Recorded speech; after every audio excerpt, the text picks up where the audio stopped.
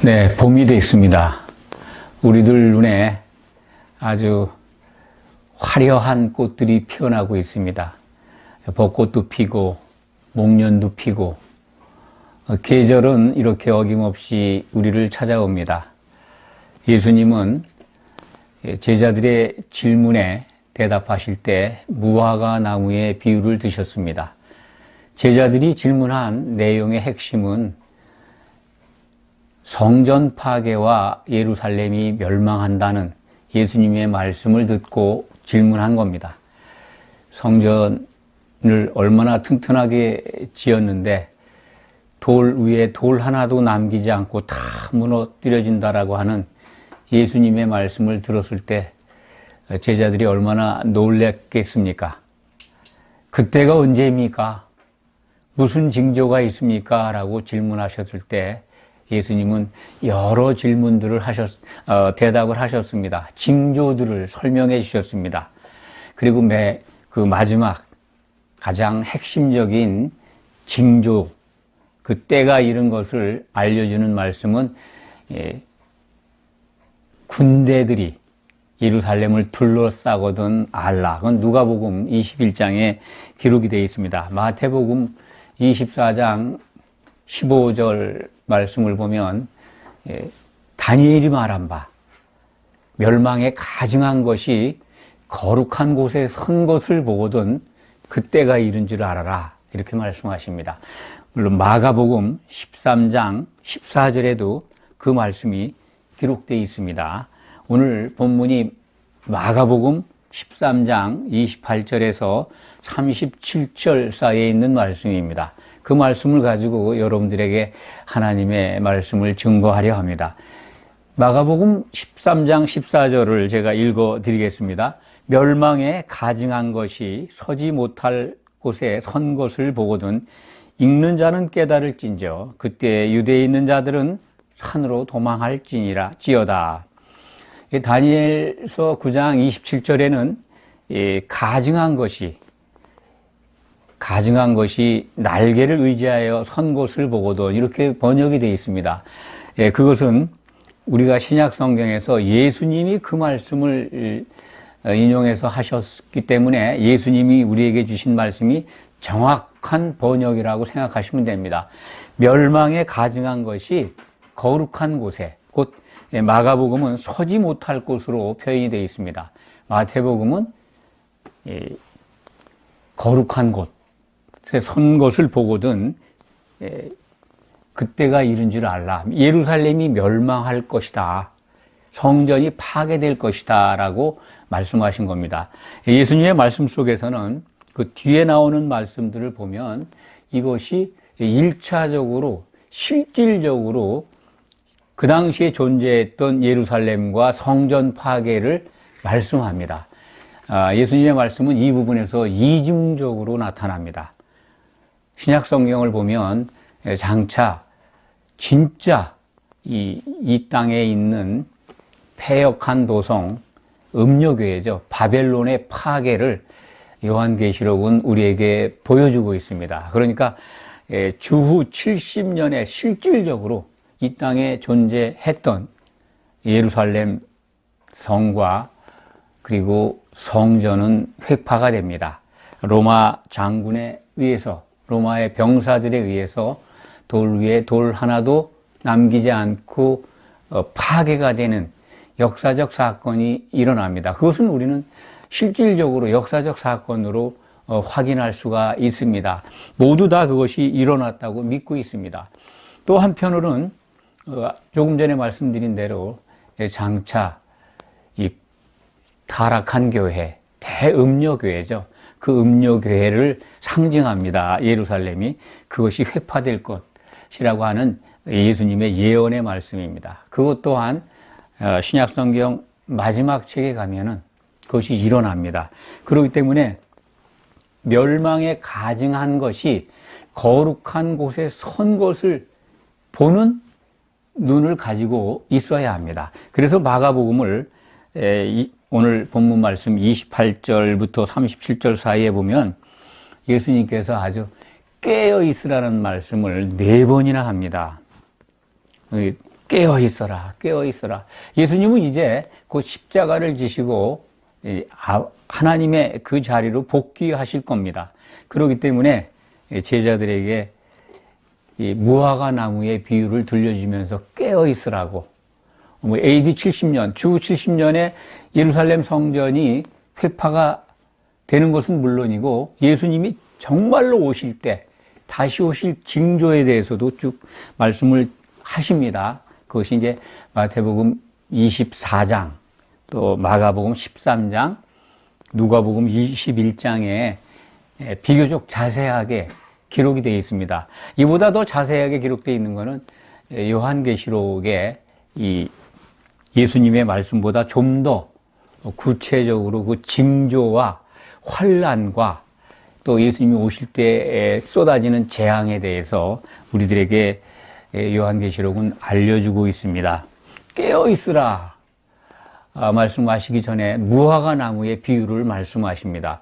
무화과 나무가 가지가 연해지고 ip사귀가 나면은 여름이 가까운 줄 알지 않느냐.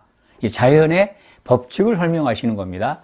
그러면 때가 이른 줄 여름이 온 줄을 알듯이 우리가 알 수가 있지 않느냐.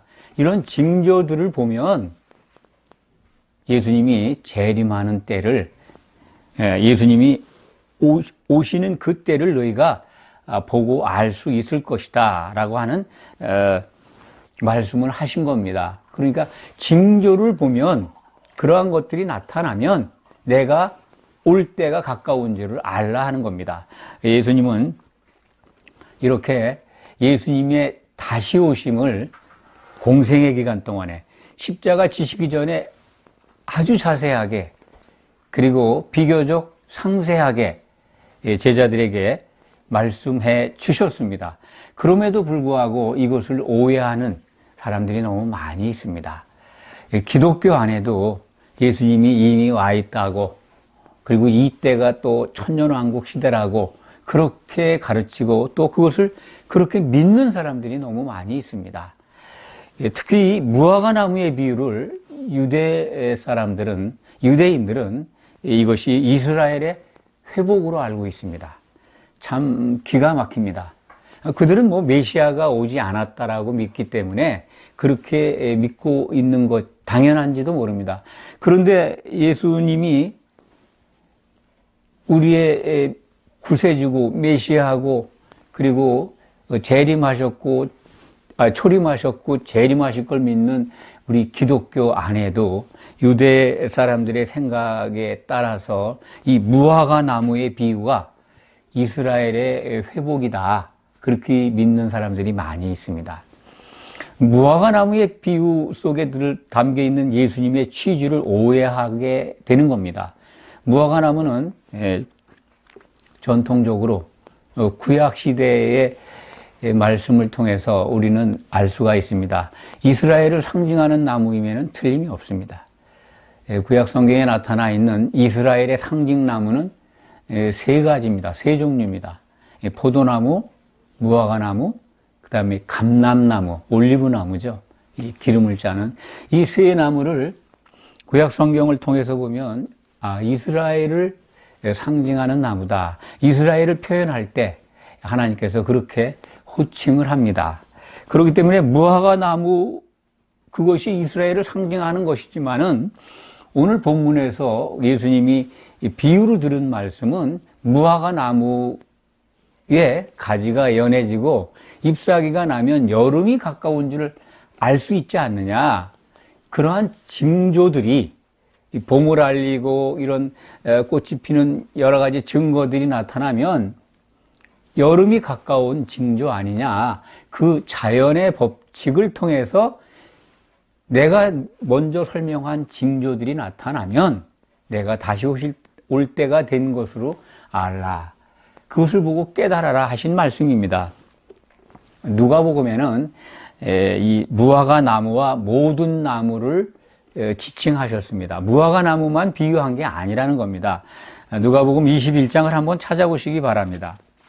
우리가 오후 시간에 늘 살펴보는 누가복음 21장, 오늘 오후 메시지로 우리가 다시 자세히 살펴보게 됩니다만, 누가복음 21장 29절에 보면은 이에 비유로 이르시되 무화과 나무와 모든 나무를 보라, 이렇게 표현이 되어 있어요.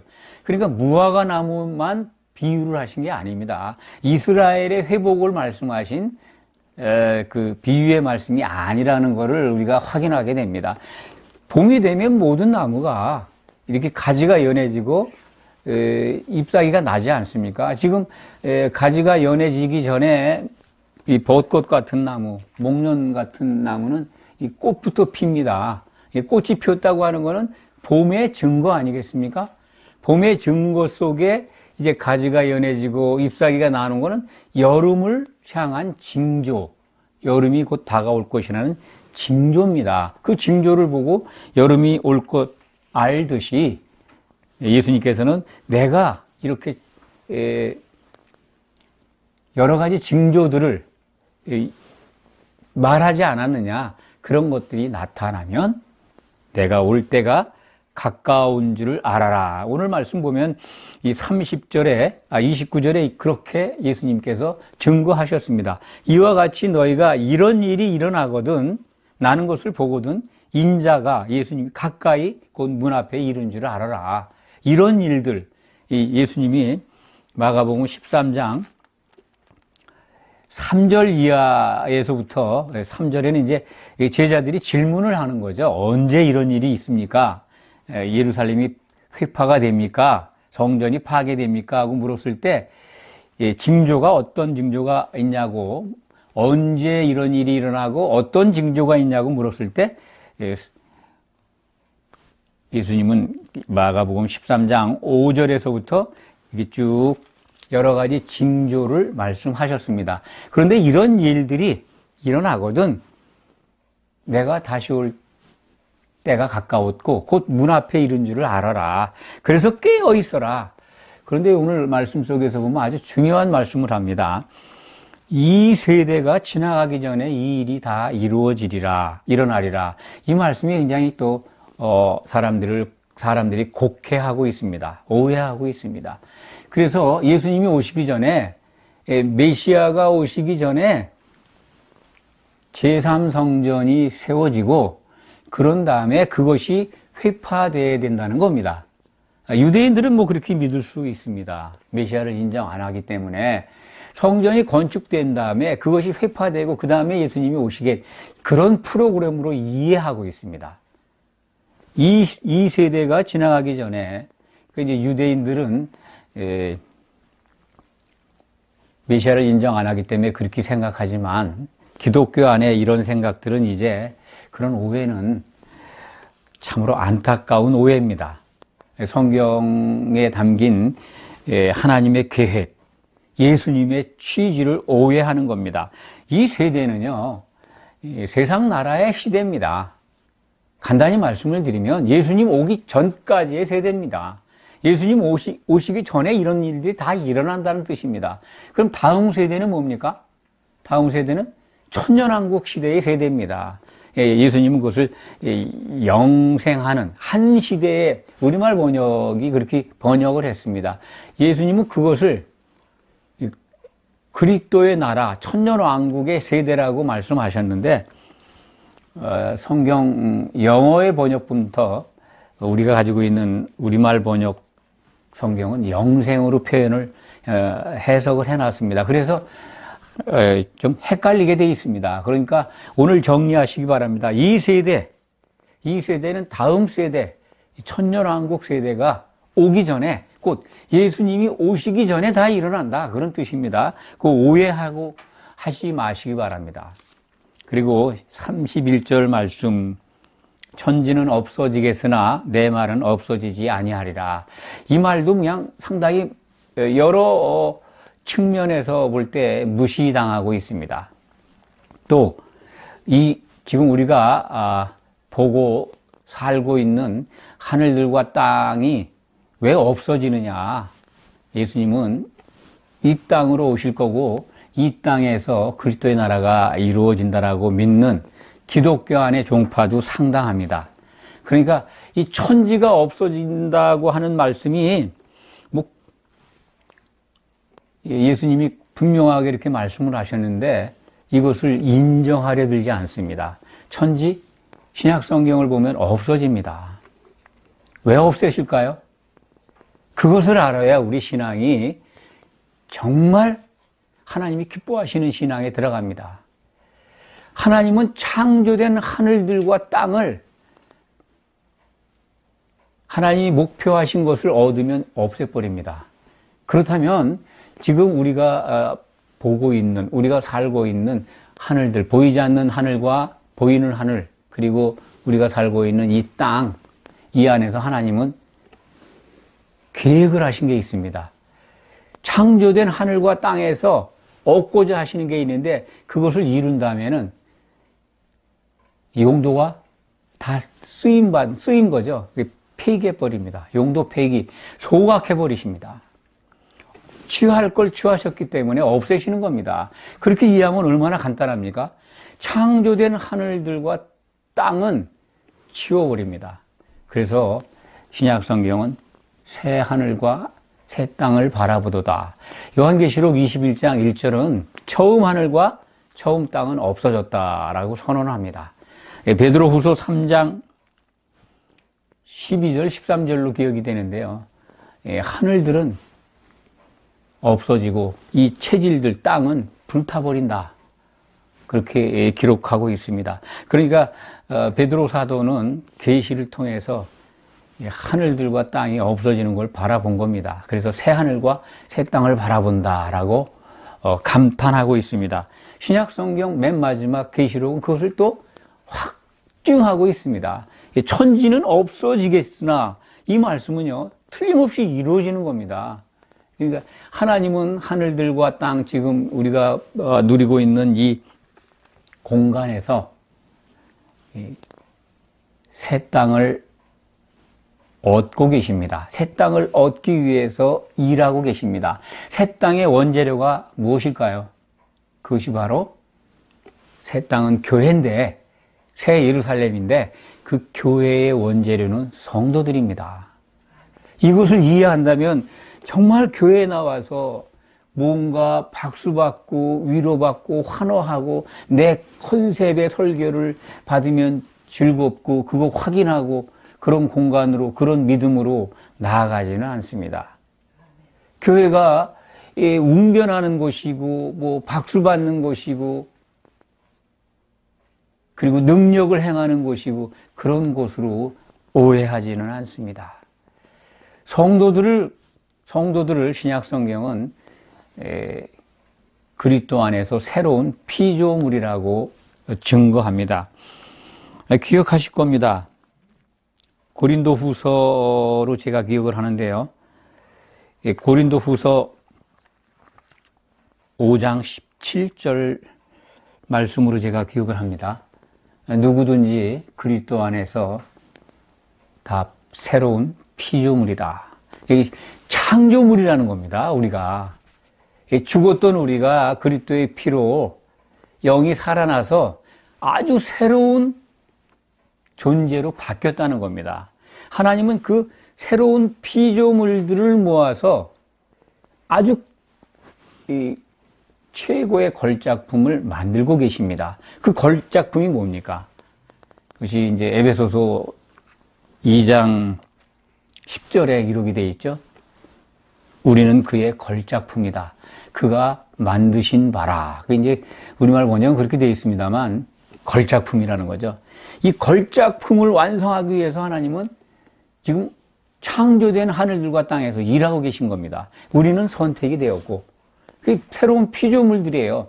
새로운 창조물들, 성도들을 가지고 하나님의 그 위대한 작품을 만드실 겁니다. 그건 이제 그때는 창조가 아니라고 합니다. 만드신 바 하는 게 이제 제조입니다. 그러니까 이 창조된 성도들을 모아서 새 땅을 만드시는 겁니다.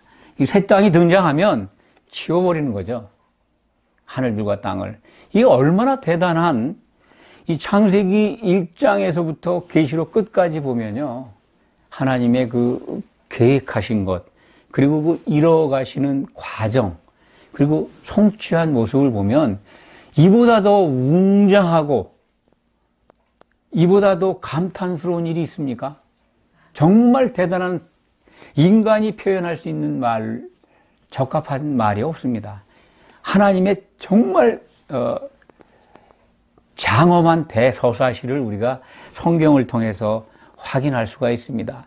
이런 것들이 우리 믿음 안에 가득 차 있고 항상 새김질 될 때 정말 엉뚱한 오해나 곡해, 또 정말 지엽적인 거, 쓸데없는 거에 빠져서 신앙생활 안 합니다. 얼마나 답답합니까? 이런 걸 아는 분들이 신앙생활 하기 위해서 주변에 또는 관계에 있는 교회에 나가서 예배를 드린다면 얼마나 답답하실까? 물론 그렇지 않은 교회도 많이 있습니다만 하나님의 뜻과 목적과는 전혀 관계가 없는 매우 지엽적인, 아주 사소한 것들, 그리고 또 오해된 것들, 오늘 말씀 속에서 우리가 확인합니다만 무화과 나무에 비유를 하셨다고, 그게 이스라엘의 회복을 말씀하신 거라고. 그래서 이스라엘이 회복이 돼야 예수님이 오시는 걸로 더 나아간 오해를 갖고 있는 거, 얼마나 엉망입니까? 얼마나 안타깝습니까? 예수님은 징조가 나타나면 알라고 하신 비유인데, 이러이러한 내가 오기 전에 이러이러한 징조들이 나타날 텐데 그때가 되면 내가 올 때가 가까운 줄 알아라. 이제 그 사도들뿐만 아니라 사도들이 우리를 위해서 기록하신 거죠. 그것을 보고 이제 우리는 깨달아야 합니다. 사도들 가운데는 예루살렘이 실질적으로 회파되는 걸 목격한 사람들도 있을 겁니다. 실질적으로 AD 70년, 주 70년에 예루살렘은 파괴가 되고 성전도 무너졌습니다. 처음 시작할 때 이 예루살렘의 파괴가 신약성경 요한계시록에 가면은 음료교회의 심판으로 등장한다라는 말씀을 드렸습니다. 그렇습니다. 그것을 우리가 알 수 있는 것이 오늘 말씀을 보면은 마태복음 24장 15절 이하에도 기록이 되어 있습니다만 마가복음 13장 15절에 보면 지붕에 있는 자는 내려가지도 말고 집에 있는 무엇을 가지러 들어가지도 말며 밭에 있는 자는 겉옷을 가지러 뒤로 돌이키지 말지어다. 그날에는 아이벤 자들과 젖먹이는 자들에게 화가 있으리로다. 이 일이 겨울에 일어나지 않도록 기도하라. 이는 그 날들이 환난의 날이 되겠습니다. 하나님께서 창조하신 시초부터 지금까지 이런 환난이 없겠고 후에도 없으리라. 실질적으로 예루살렘에 이런 일이 이뤄졌습니다. 그런데 장차 예수님이 오시기 직전에 이러한 재앙이 쏟아집니다. 온 지구에 일어난다는 겁니다. 그것이 누가복음에 기록이 되어 있습니다. 또 마태복음에도 기록이 되어 있습니다. 그러니까 주 70년에 유대 땅에 있던, 예루살렘에 있던 사람들이 얼마나 비참하게 죽었는지, 정말 도망갈래도 도망갈 수 없었던 사람들이 있었을 겁니다. 그런데 여기 보면 아이벤 자들과 젖먹이는 자들에게 화가 있으리로다. 실질적으로 1차적으로 AD 70년에 그러한 일들이 있었을 겁니다만 우리는 신약 성경이 보여주는 그 미래의 모습 속에서 음녀교회에 들어가 있는 사람들은 이 나올 수가 없구나. 타락한 교회의 모습 속에서 이 못 나오는구나. 아이벤 자들과 젖먹이는 자들과 그런 관계를 유지하고 있는 거죠. 나올 수가 없는 상황이 돼 있는 겁니다. 지금도 사람들이 속칭 이단이라고 하는 곳에 들어가면 못 나옵니다. 참 못 나오죠. 또 정통교회라고 보수교회라고 그러는데 그곳에 정말 교묘하게 이단적 행위를 하는데도 알면서도 못 나옵니다. 성경과 다른 가르침이나 성경과 다른 일들을 행해도 불편하면서도 감수합니다. 왜?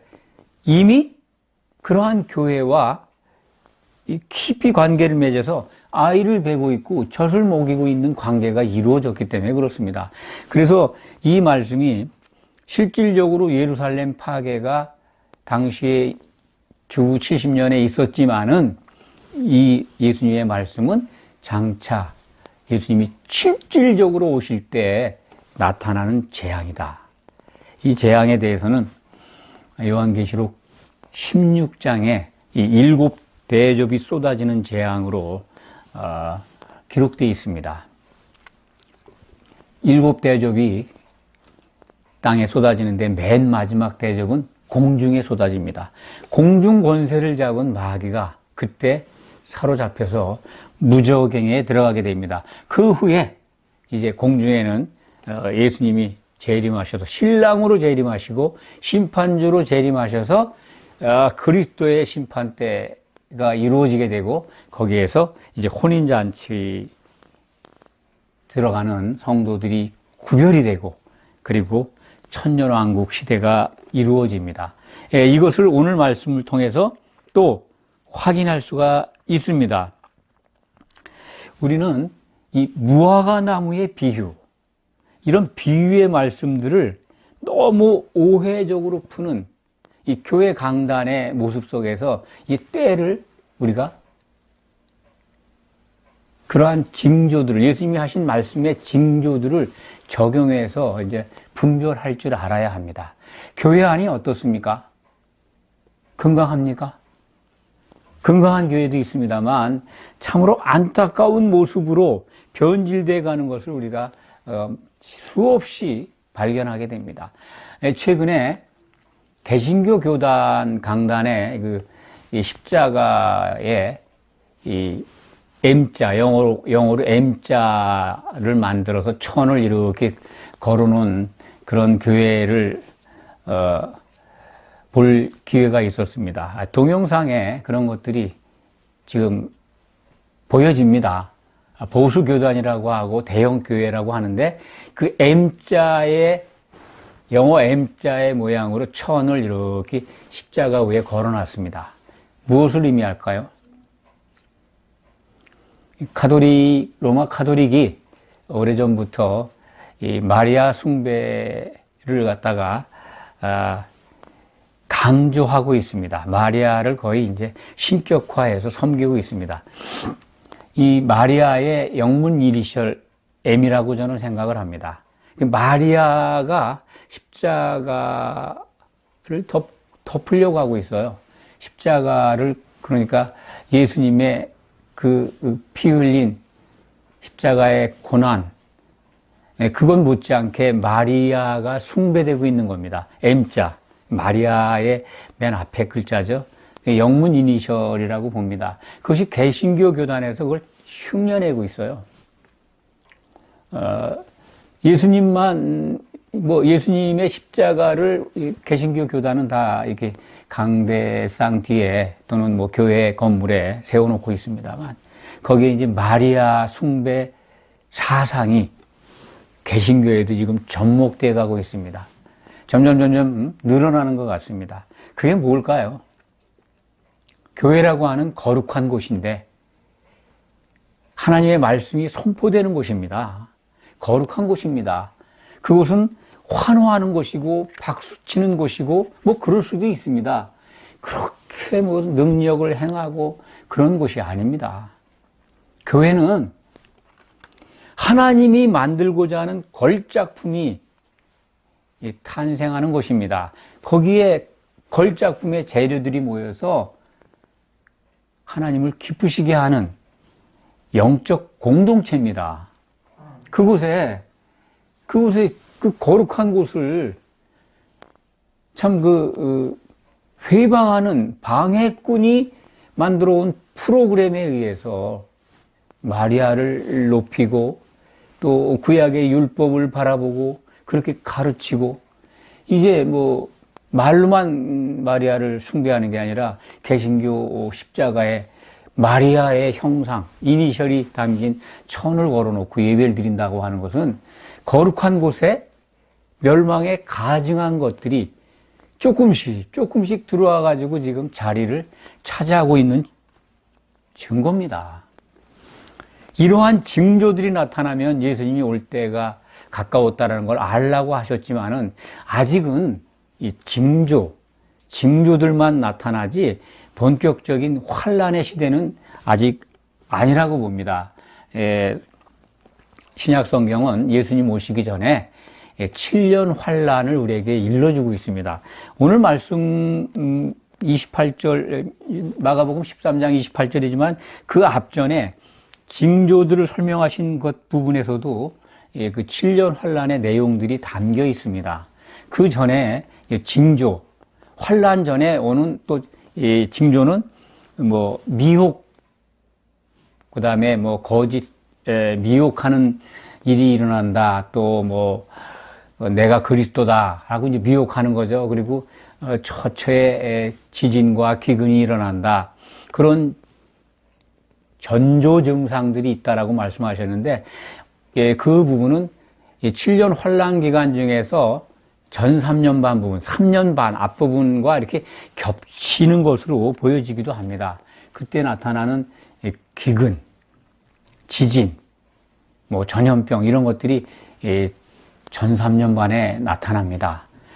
전 3년 반 동안에는 그렇게 크게 순교가 일어나지는 않습니다. 요한계시록에 기록된 말씀을 보면 그렇습니다. 본격적으로 교회와 성도가 박해를 받고 순교하는 일이 나타난 건 후 3년 반입니다. 그 전 3년 반 동안에 일어나는 일들과 그 전에 징조들은 이렇게 겹쳐지는 것 같습니다. 그 가운데 특징이 미혹하고 있습니다. 거룩한 곳에 나타나서 교회에 미혹하는 자들이, 거짓 선지자들이 나타나서 율법을 지켜야 돼. 또 뭐 카톨릭이 가져오다 주고 자꾸 확산시키고 있는 마리아 숭배 사상, 카톨릭 전통 이런 것들이 개신교로 옮겨가고 있습니다. 옮겨오고 있습니다. 이러한 징조들이 나타났습니다. 그리고 교회는 이제 더 확실한 것이 이 기근과 지진으로 시달리고 있습니다. 이 땅이 갈라지고 땅이 흔들리는 게 지진 아닙니까? 교회가 갈라지고 있습니다. 교회가 싸우고 있고 분열하고 있지 않습니까? 그리고 그 거룩한 곳에 있어야 될 말씀이 말라가고 있습니다. 그게 기근입니다. 이 땅에 흉년 드는 것도 기근이지만 우리는 영적인 시각에서 예수님의 말씀을 바라볼 필요가 있습니다. 땅에도 물론 가뭄이 옵니다.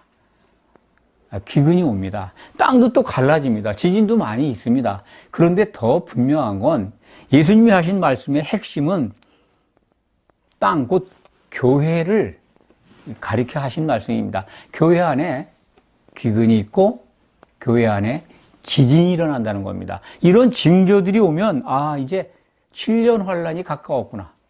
7년 환란 뒤에는 예수님의 재앙이 쏟아지는데 그 재앙이 바로 19절 마가복음 13장 19절의 말씀을 기억하시면 됩니다. 이는 그 날들이 환란의 날이 되겠습니다. 하나님께서 창조하신 시초부터 지금까지 이런 환란이 없었고 후에도 없으리라. 이 7 대접의 재앙이 쏟아지는 기간입니다. 후 3년 반이 끝난 시간이죠. 그러니까 이제 공생의 기간 동안에 제자들에게 하신 말씀은 7년 환란과 그 후에 있게 되는 7 대접의 재앙, 세 번째 화죠. 이것이 겹쳐져 있습니다. 이렇게 딱 정확하게 구분되어 있지는 않습니다. 그렇게 이해하시면 됩니다. 그게 일어난다는 거예요. 나 온다고 약속하시는 겁니다.